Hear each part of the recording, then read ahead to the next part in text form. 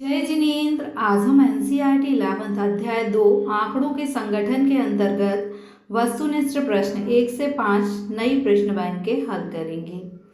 First question है, जब आंकड़ों का वर्गीकरण समय के आधार पर किया जाता है तो उसे कहते हैं समय के अनुसार वर्गीकरण।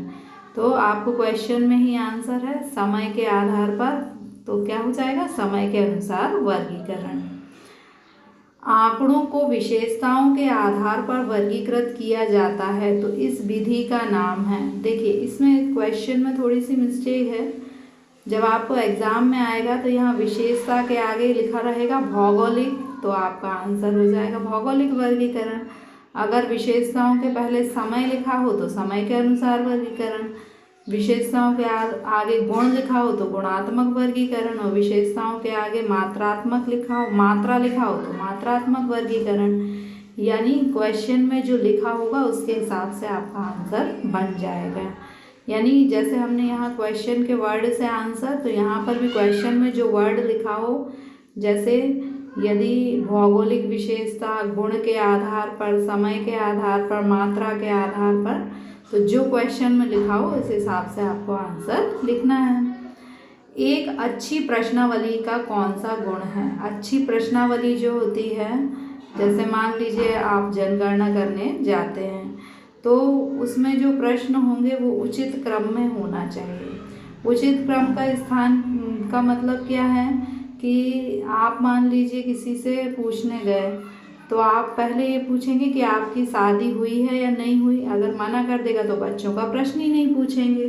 तो वो प्रश्न जो है वो उचित क्रम में होना चाहिए। दूसरा, उचित स्थान होना चाहिए। जो प्रश्नावली है उसमें यदि आप प्रश्न बहुत पास लिख देंगे तो समझने वाले को बहुत परेशानी होगी, तो आपको उचित स्थान देना चाहिए। इसके बाद छोटे और स्पष्ट प्रश्न, प्रश्नावली में जो प्रश्न हो वो क्या हो, छोटे छोटे प्रश्न हो तो उसका आंसर देने में उत्तरदाता को सुविधा होती है। जैसे आपकी शादी हुई है, हाँ नहीं, क्या आप 12वीं पास हैं, हाँ या नहीं, तो ये छोटे छोटे प्रश्न हो जाते हैं। तो इसका आंसर हो जाएगा उपर्युक्त सभी।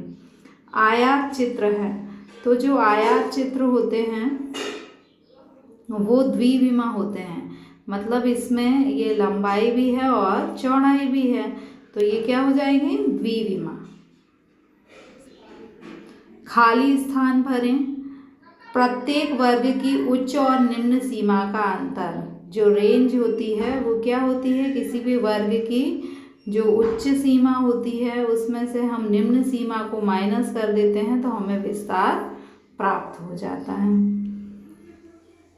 पूर्व में उपयोग में आने वाले समांक, मतलब ऐसे समांक जैसे मान लीजिए कि जनगणना के जो समांक हैं, अब इनका पहले जनगणना में उपयोग कर लिया, अभी आप अपने क्वेश्चन का आंसर लिख रहे हैं तो जनगणना के आंकड़े इसमें लिख दे रहे हैं।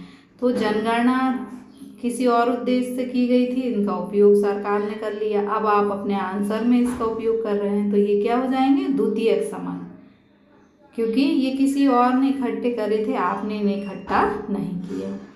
फिर है वृत्त चित्र, जो है गोलाकार होते हैं, जो गोलाकार जिसमें हम बीच के सेंटर से किसी भी चीज़ को मतलब बताते हैं कि कितना पोर्शन किस चीज़ का है, तो उसे हम गोलाकार चित्र जो होते हैं वो वृत्त चित्र को ही हम गोलाकार चित्र कहते हैं।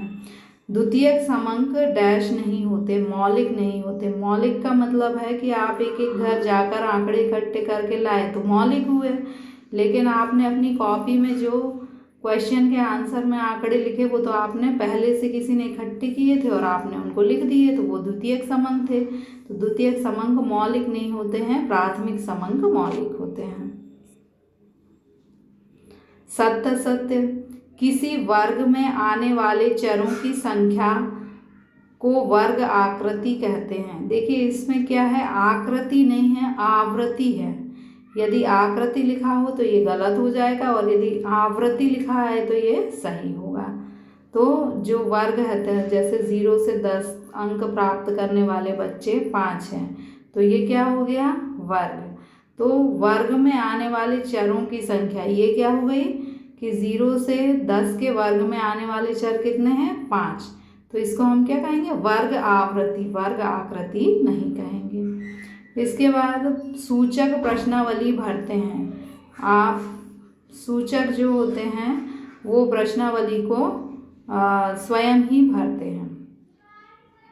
सूचक मतलब सूचना देने वाले। जैसे आपने क्या हुआ, बाई पोस्ट प्रश्नावली जो आंसर देने वाले हैं उनके पास आपने प्रश्नावली को भेज दिया और उनने आंसर करके आपको भेज दिया, तो किसने भरा? सूचक ने। तो सूचक प्रश्नावली स्वयं भरते हैं, सूचना देने वाला।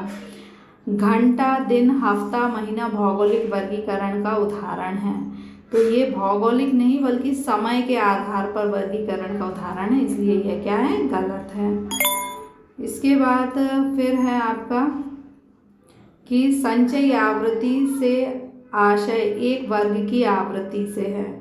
संचयी आवृत्ति क्या होता है? जैसे 0 से 10 अंक प्राप्त करने वाले बच्चे 5 हैं और 10 से 20 अंक प्राप्त करने वाले बच्चे 5 हैं। तो अगर हम इनकी संचयी आवृत्ति निकालेंगे तो क्या हो जाएगी? पहले की 5 और 5 और 5 10। तो संचयी आवृत्ति क्या होती है? वर्गों को हम जोड़ लेते हैं। आवृत्ति जो होती है उनको हमने क्या किया? जोड़ा। और जबकि इन्होंने कहा क्या? एक वर्ग की आवृत्ति नहीं बल्कि वर्गों के जोड़ की आवृत्ति होती है। एक शब्द में उत्तर दीजिए। मध्य मूल्य ज्ञात करने का सूत्र। मध्य मूल्य ज्ञात करने का सूत्र होता है मध्य मूल्य यानी MV बराबर L1 + L2 अपॉन 2। ये मध्य मूल्य निकालने का सूत्र है। फिर है अनुसंधानकर्ता द्वारा एकत्रित आंकड़े होते हैं। जब अनुसंधानकर्ता स्वयं आप खुद जनगणना करने गए और आप आंकड़े इकट्ठे करके लाए तो ये कैसे आंकड़े होंगे? प्राथमिक। फिर भारत में जनगणना कितने वर्ष में होती है? तो भारत में एक जनगणना होने के बाद अगली जो जनगणना होती है वो 10 वर्ष के बाद होती है। फिर है द्विगुण सारणी किसे कहते हैं? इसमें सामान को 2 गुणों की तुलना की जाती है। इसमें सामान नहीं है, समंक लिखना है आपको। इसमें समंक के 2 गुणों की तुलना की जाती है। जैसे मान लीजिए कि आपकी जनसंख्या है और उसको अगर हमने मेल और फीमेल, पुरुष और महिला में विभक्त कर दिया तो 2 गुण के आधार पर विभक्त किया तो ये आपकी क्या हो जाएगी? द्विगुण सारणी। तो द्विगुण सारणी किसे कहते हैं? जिसमें जो समंक हैं, जैसे मान लीजिए 50 मेल हैं और 50 फीमेल, तो ये समंक हैं। जनसंख्या कितनी थी? 100। तो हमने समंक को 2 गुणों के आधार पर जब विभक्त करते हैं तो उसे द्विगुण सारणी। याद नहीं करना, इसी से याद हो जाए। द्विगुण यानी 2 गुण। जब समंकों को गुण के आधार पर मतलब एक से अधिक गुण के आधार पर विभक्त किया जाता है तो उसे द्विगुण सारणी कहते हैं। Thank you.